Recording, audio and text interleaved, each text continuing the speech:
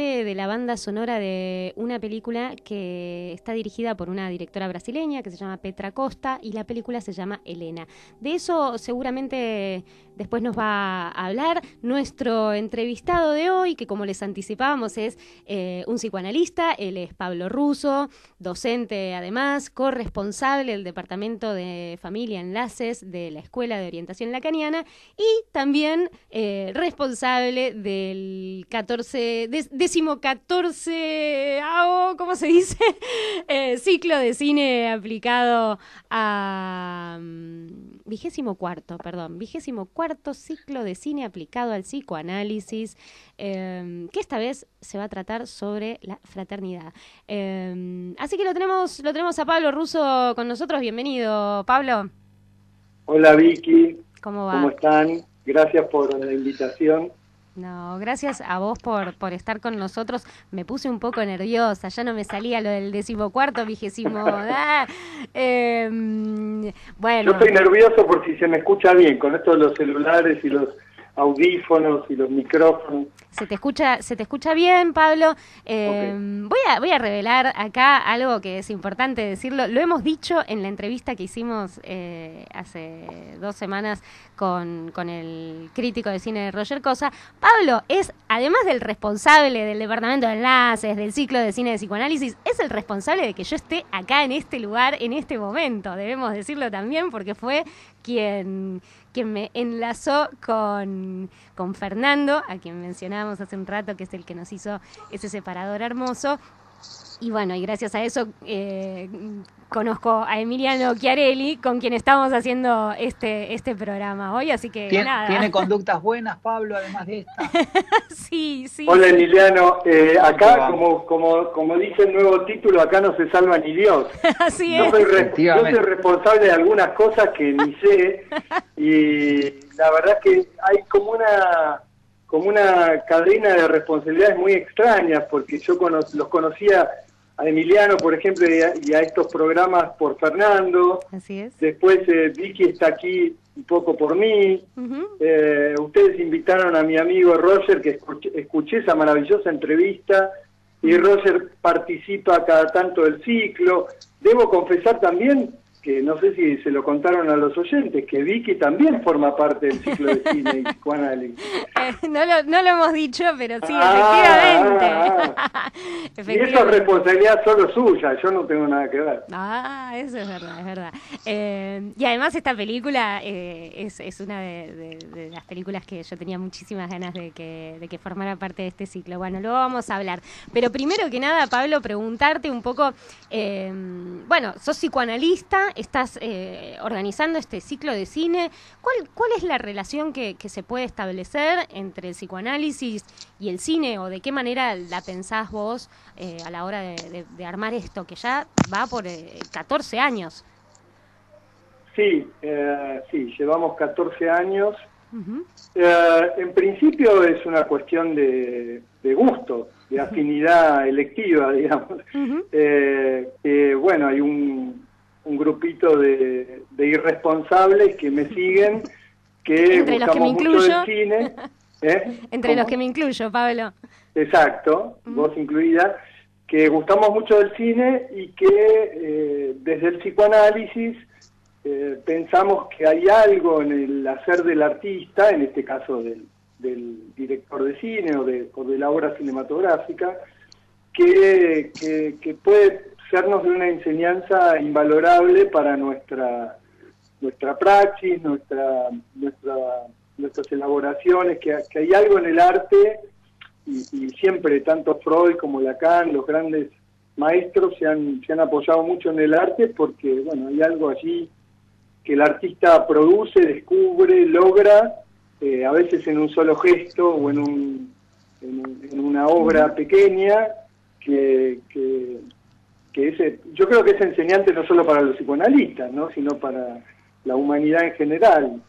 Y bueno, y en base a eso, hace unos años que intentamos proponer un tema supuestamente dirigido a los psicoanalistas, pero bueno, no quiero desalentar a los que no lo son, como invitamos a gente de diversas áreas a comentar, tomamos el cine y nosotros somos psicoanalistas, me parece que es con otros, es un ciclo abierto, y si bien tratamos de extraer enseñanzas para el psicoanálisis, creo que lo puede aprovechar cualquiera que le interese un poco el psicoanálisis, que le guste el cine y que lo tiente un poco pensar alguna cosa a partir de un tema cruzado con alguna obra cinematográfica.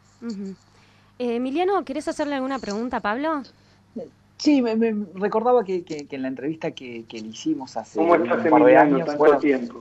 Muy bien, recuerdo con mucha simpatía a aquel diálogo que también tuvo que ver con un ciclo de cine. No recuerdo concretamente cuál era el tema, pero vos decías los grandes maestros y su vínculo con el arte, ¿no? Y en aquella conversación creo que algo apareció en relación a Freud y Lacan, que justo les tocó geografías particularmente intensas o únicas, ¿no? Aquella Viena y aquella París.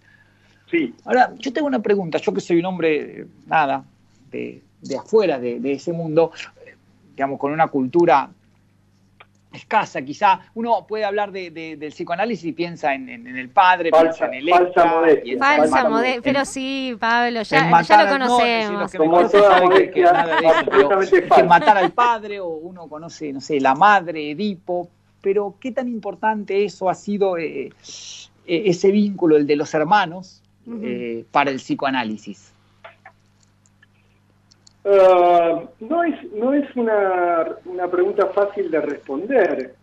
En realidad, el psicoanálisis no analiza, no pone en el ojo de su trabajo ningún lazo. No hay el psicoanálisis de la pareja, el psicoanálisis del amor, el psicoanálisis de la familia, el psicoanálisis de la amistad, ni el psicoanálisis de la hermandad. El psicoanálisis analiza a un sujeto que tiene un deseo, por alguna cuestión que lo angustia o que lo pone un poco en jaque, de saber algo sobre su historia, sobre sus determinaciones, sobre sí mismo, sobre su deseo, en fin, un montón de cosas. Y todos estamos en igualdad, si se puede usar esa palabra, de condiciones, en tanto que hijos, en tanto que productos de unos padres, de una historia, de un discurso, de un lenguaje, de una serie de coordenadas, y todos los sujetos humanos somos hijos de una serie de coordenadas. Entonces, es un poco extraño, el psicoanálisis no se ha dedicado mucho a la fraternidad, que es el tema elegido para el ciclo de este año. Sí. Sin embargo, ha dicho algunas cosas sobre eso, pero me parece que todavía restan algunos misterios sobre ese lazo tan particular, ¿no? Porque, por un lado, parece no elegido, ¿no? Claro. Uno no elige tener la un locura, hermano, la confabulación que han tenido el deseo de dos, de procrear por una segunda vez o una primera vez a otro y recibirlo o llegar a un mundo donde ya había un hermano, y a la vez se puede producir en ese lazo una, no sé, me parece que tiene que ver con la historia, una especie de alianza o de pacto, ¿no? De fortaleza a veces única, y sin ninguna, en realidad no por obligatoriedad, no porque nacimos en la misma familia, nunca es por eso. Más bien por eso puede haber rencillas, odios, rivalidades. Te hago una pregunta, Pablo, en relación a esto, porque vos decías, bueno, nadie elige, ¿no? Si va a tener o no un hermano, esto es el resultado, ¿no? De estos dos que eligen procrear, ¿no? Y de pronto uno llega al mundo y había ya un hermano. Pero en ese punto uno puede decir, se trata en algún sentido de lazos de sangre. Pero uno también podría pensar, me pregunto, ¿no? Te pregunto a vos, un poco, desde el psicoanálisis, ¿cómo se piensa esta cuestión, ¿no? Porque a lo mejor la hermandad puede o no tener que ver con los lazos de sangre. ¿Cómo lo ves esto? Bueno, hay como una cantidad de supuestos discursivos, culturales, de tradiciones, de que uno debería tener una especie de lazo indestructible con eso que llamamos hermano, pero diciendo que uno no elige a esas ciertas coordenadas que en general azarosamente se han producido, uno también podría empezar a pensar que en realidad no hay hermano más que el elegido, aunque tengan algunos ADNs o cromosomas parecidos, aunque hayan nacido de algún progenitor que tampoco es el mismo, porque claro, para cada uno la madre o el padre pueden ser tan diferentes. Es decir, que si uno construye ese lazo de fraternidad, que no sabemos muy bien cómo es, porque no es el del amor, no es el de la amistad, es por elección. Y entonces uno verifica, no solo verifica desde mi campo en la clínica, que muchos lazos entre hermanos se han tejido a lo largo de toda la vida, a veces por el odio, bueno, tenemos la historia de Caín y Abel como uno de los primeros mitos bíblicos sobre la relación entre hermanos, pero también tenemos el opuesto, el de Antígona, digamos, ¿no? La obra en la que nada puede ser más fuerte que el lazo al hermano y a la familia. Entonces, aunque deriva de una matanza entre los dos hermanos, ¿no? La conducta de Antígona viene a dar respuesta a ese cruce, esa lucha fratricida también, ¿no? Exactamente, sí. Una pregunta, ¿no? Yo leía un artículo de Eva Giberti, un artículo periodístico hace unas semanas acerca del amor materno, sus derivas, algunas denuncias, ¿no? que merece, decía Eva Giberti, no yo. Ahora, ¿cómo es el amor fraterno? Porque a veces, insisto, desde mi lugar uno ve en el amor materno algo, utilizo deliberadamente la palabra natural. Bueno, es probable que no lo sea, que haya una construcción cultural, social, alrededor de... Pero ¿cómo es el amor entre hermanos, el vínculo entre hermanos? ¿Qué tanto de construcción social hay? Cabe pensar acerca de una naturalidad. Entiendo lo que decías recién acerca de los pactos en la historia, y bueno, traes a Caín y Abel porque quizá uno encuentra más cruces, ¿no? Pujas que pactos entre ellos. Pero ¿cómo lo pensás? ¿Prima el amor, prima la competencia? ¿Cómo es la relación esa? ¿O no podés contestar, es propia de cada quien? No, sí, bueno, desde el psicoanálisis solo podríamos, en principio, responder que eso lo tiene que responder cada sujeto en su relación, en su experiencia, que no hay una respuesta general, en nada en lo humano. En lo humano no hay nada natural, ni tampoco nada universal, desde el punto de vista del psicoanálisis, por supuesto. Y así como hay casos de madres que no aman a sus hijos, parece horrible decirlo, pero es así. En general, en la clínica, creo que en la vida también uno lo puede constatar, lo que encontramos son rivalidades, odios, desconfianzas, no son el ejemplo en general de las relaciones más armoniosas y amorosas. Claro. Sin embargo, ¿por qué puede existir, digamos, vos me preguntabas qué tipo de amor? Y hay algo de misterio ahí, ¿no? Porque si dos hermanos hacen ese pacto, esa alianza, sean del sexo que sean, digo hermanos en el sentido genérico, y eso funciona, se produce un lazo único que ya les decía, no se parece a otros amores, ¿no? Tiene algo como, pero no tiene nada de natural, me parece que es una elección particular que se produce entre dos y que tiene ese rasgo quizá influido por la tradición, por la cultura, de que se homologa a los lazos de sangre naturales, ¿no? Alguien desde la biología o la ciencia podría decir, ese lazo no se puede desmentir y no se puede romper, ya está, ¿no?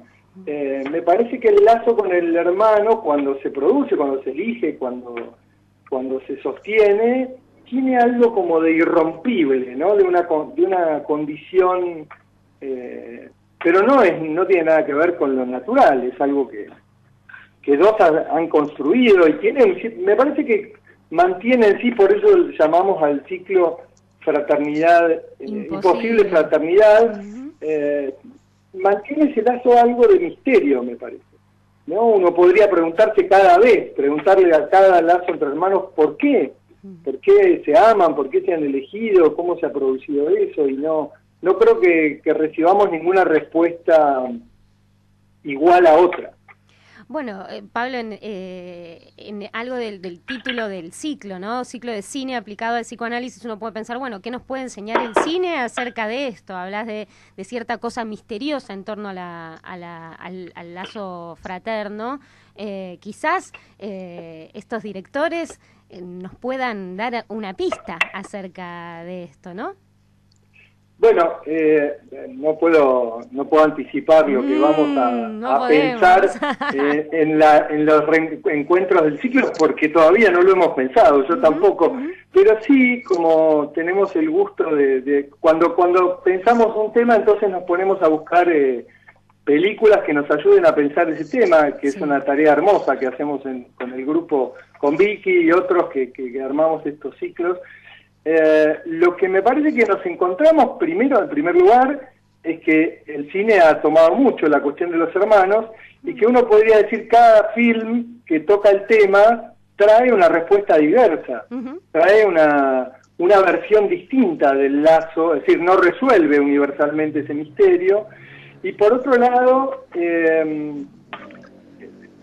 lo que me parece que entonces vamos nosotros mismos tampoco vamos a poder cerrar al final del ciclo.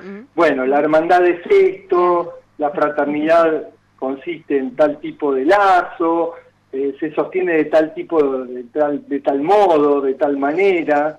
Creo que el cine nos muestra que son casos únicos, tan sin igual como cuando la fraternidad se produce o se elige, y que también en general son casos de rivalidades eternas, de odios, de lazos que más bien o funcionan muy mal, o el pacto está al servicio de la disputa, de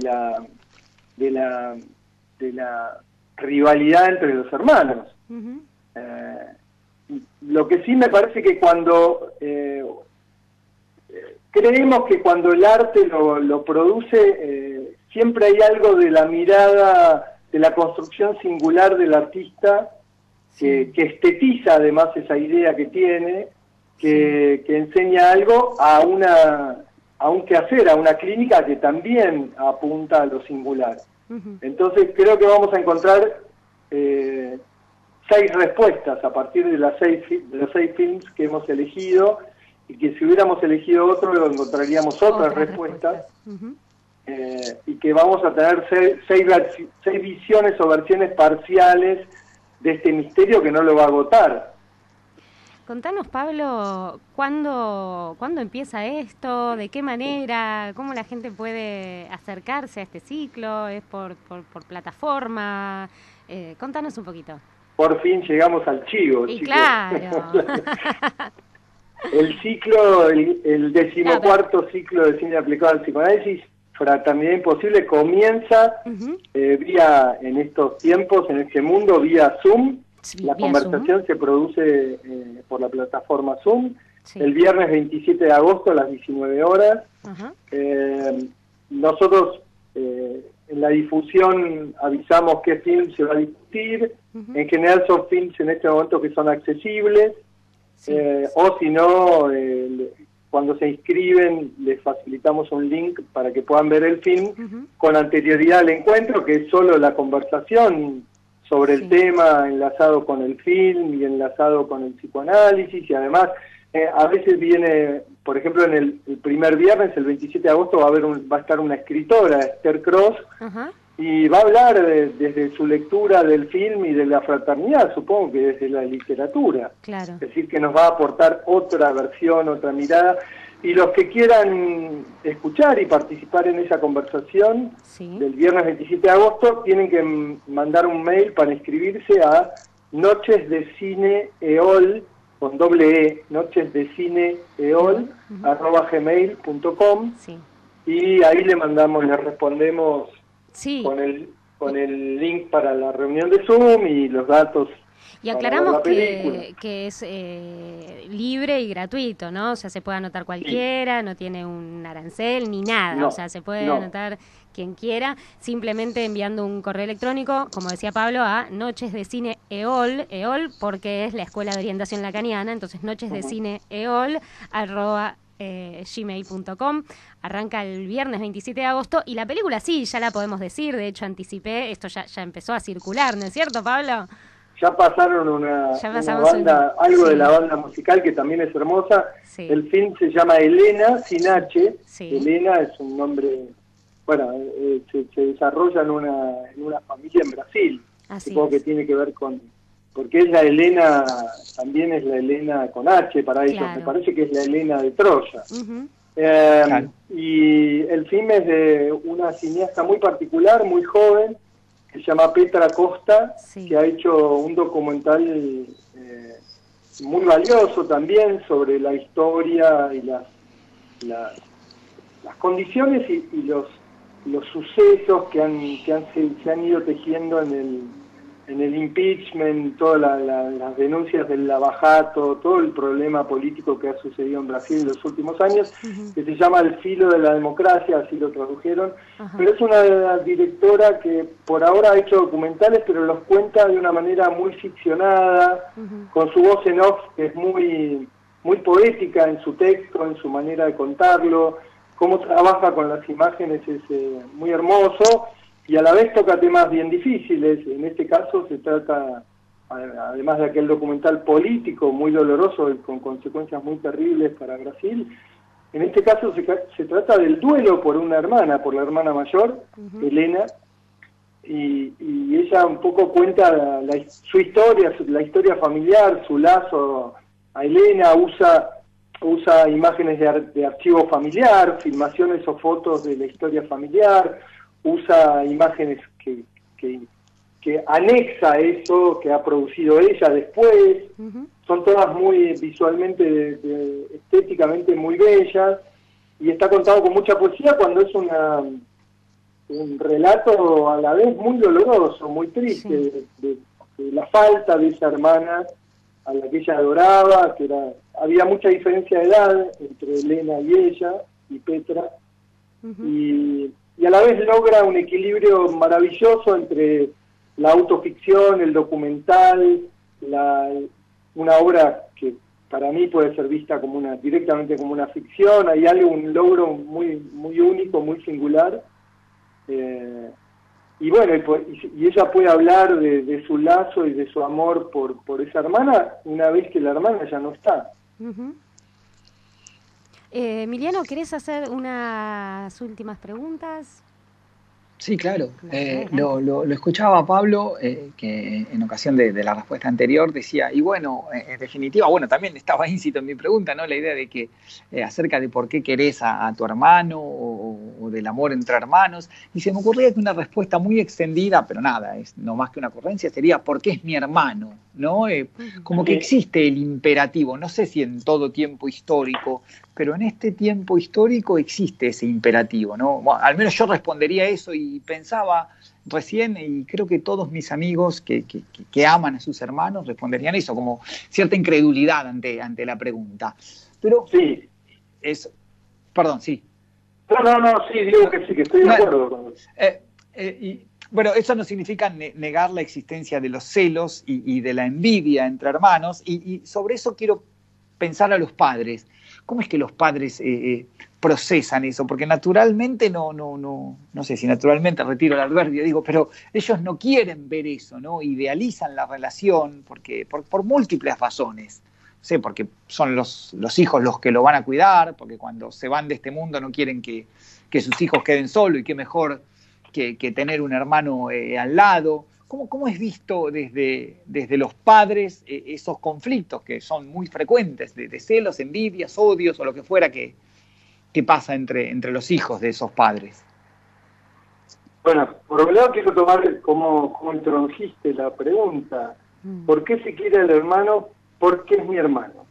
Me parece que eso todavía opera, funciona en nuestra lengua, en nuestro lenguaje, en nuestros discursos, en nuestra cultura, en nuestras tradiciones. De hecho, más allá de las tradiciones más antiguas, tenemos una tradición local, lo cuento en un video que vamos a lanzar para la difusión, que es el verso del Martín Fierro.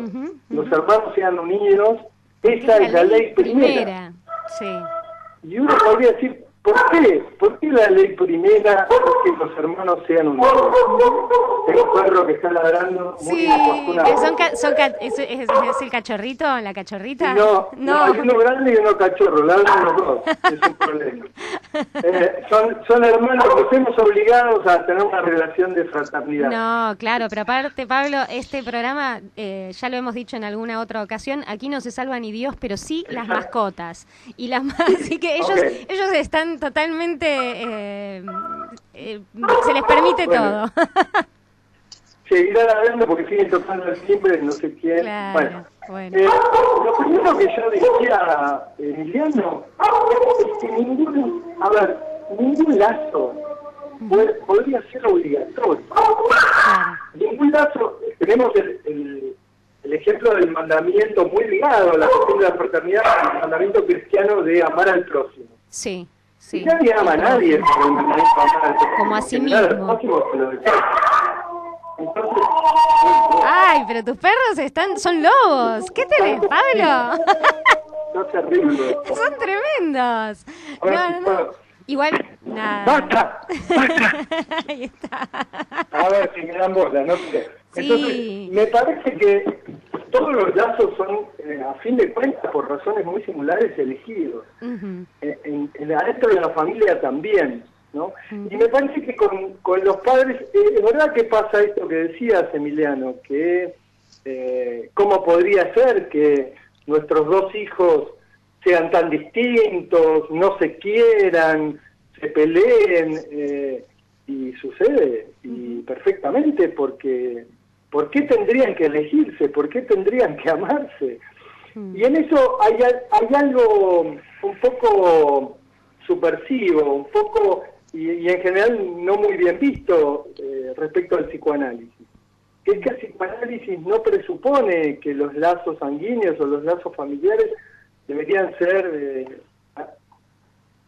Uy, ahora encima se cortó la comunicación. No, te escuchamos. No, te escuchamos perfecto. Mira, estábamos okay, tan atentos y tan silenciosos que pensaste que se cortó la comunicación. Te estábamos escuchando con atención.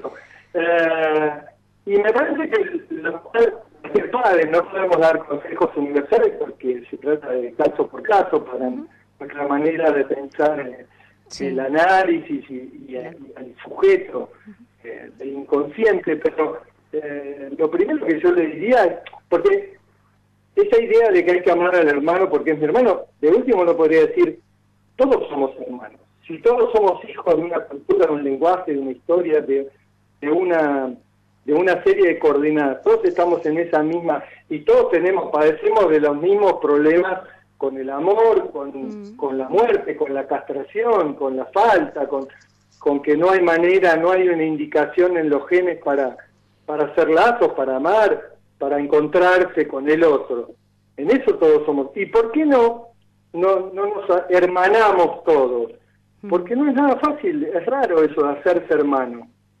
Y me parece que los padres, en cualquier caso, deberían recordar, qué les pasó a ellos, cómo han vivido la hermandad de ellos, cómo la pensaban y cuánto han incidido en sus hijos. A veces en las mejores familias se producen entre hermanos los mayores odios, y en las familias más desarmadas hay hermanos que se hacen lazos hermosos y para toda la vida y muy amorosos, así como se eligen hermanos por fuera de esos lazos.